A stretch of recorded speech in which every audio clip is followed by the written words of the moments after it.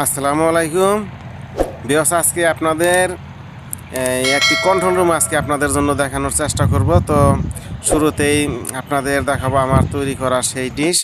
আজকে 4 ফিট একটি dish sitting করলাম। তো আজকে যে জায়গায় আজকে এই ডিশটি সিটিং করলাম এটি একটি কন্ট্রোল রুম।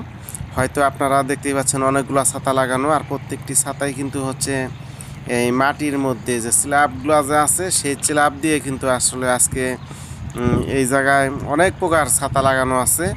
তো আপনাদের সেগুলো একটু দেখানোর চেষ্টা করতেছি। তারপরে হচ্ছে আরও একটি পুরাতন একটি ডিশ হয়তো দেখতেই পাচ্ছেন এই ডিশটি হচ্ছে ভেঙে ফেলা হচ্ছে, অনেক পুরাতন ডিশ। তো আপনাদের আসলে আজকে অনেক কিছু জিনিস আজকে আপনার একটু দেখানোর চেষ্টা করব।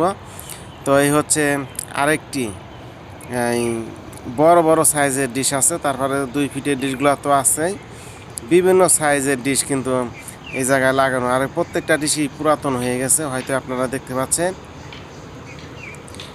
আর এই আজকে যে জায়গা থেকে আপনাদের এই ভিডিওগুলো দেখানোর চেষ্টা করতেছি এই জায়গার নাম হচ্ছে বোয়াপুর, টাঙ্গাইল বোয়াপুর।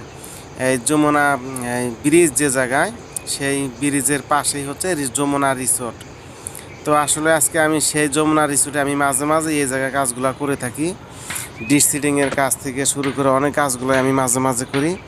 তো আজকে আপনাদের জন্য অল্প কিছু ভিডিও আপনাদের আজকে দেখানোর চেষ্টা করব। তো দেখতেই পাচ্ছেন আজকে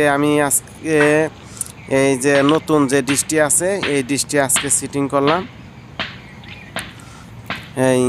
এই ডিশটি কিন্তু যে স্ল্যাব যে আছে সেই স্ল্যাবের উপরে কিন্তু আসলে নাট ছিদ্র করে বসানো হয়েছে।